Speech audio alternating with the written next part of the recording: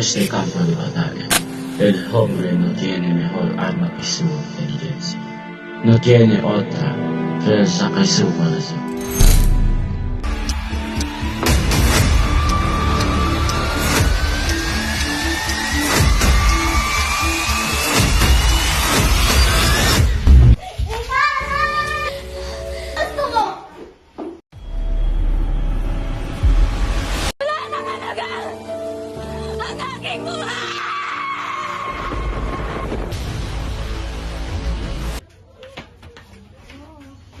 Mga binibinit, Ginoo, ikinararangal kong ipakilala ang isang anak ng aking kaibigan na galing sa Europa, ang nag-iisang Crisostomo Ibarra. Magandang tanghali, mga binibinit.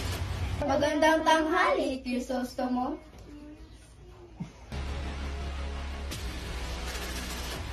Ang nobelang ito ay aking isinulat upang maiparating ang karumal-dumal na pagtrato ng mga espanya na ang tingin sa atin ay mga angel lamang at walang karapatan. Takbo! Takbo!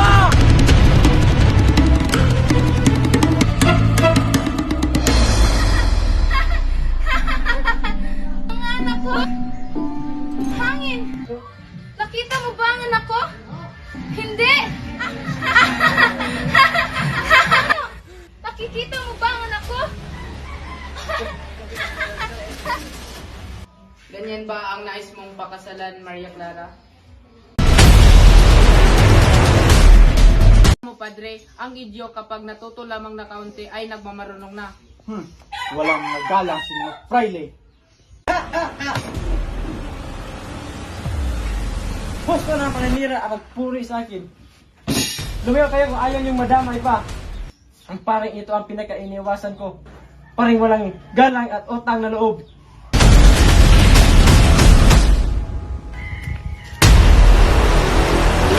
Mas maganda ako kaysa sa iyo, babae nal. Kung maganda ka lang dahil sa kolorete sa iyong pagmumukha.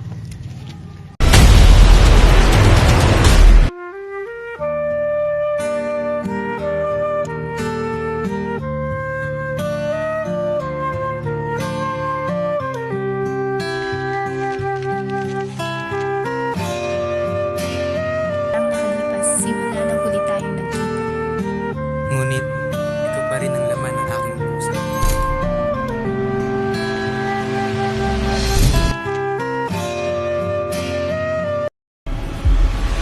Crispin!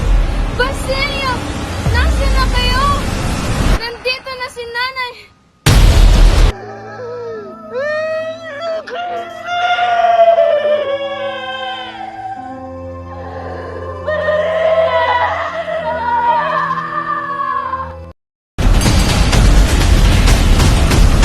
Kayo po ba ang tunay kong ama?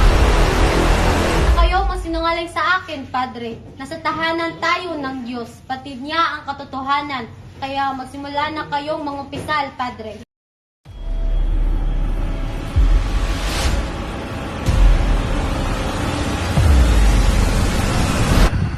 Ba't ganyan ka nakatingin sa akin? Naiingit ka ba? Ikaw? Kakaingitan ko? Ako magandang tunawin ang nag-away na naman ng dalawang donya na walang asal. Kahiyang isipin, pati kayong mga alpa de syudad, tumutulad rin sa mga Indio.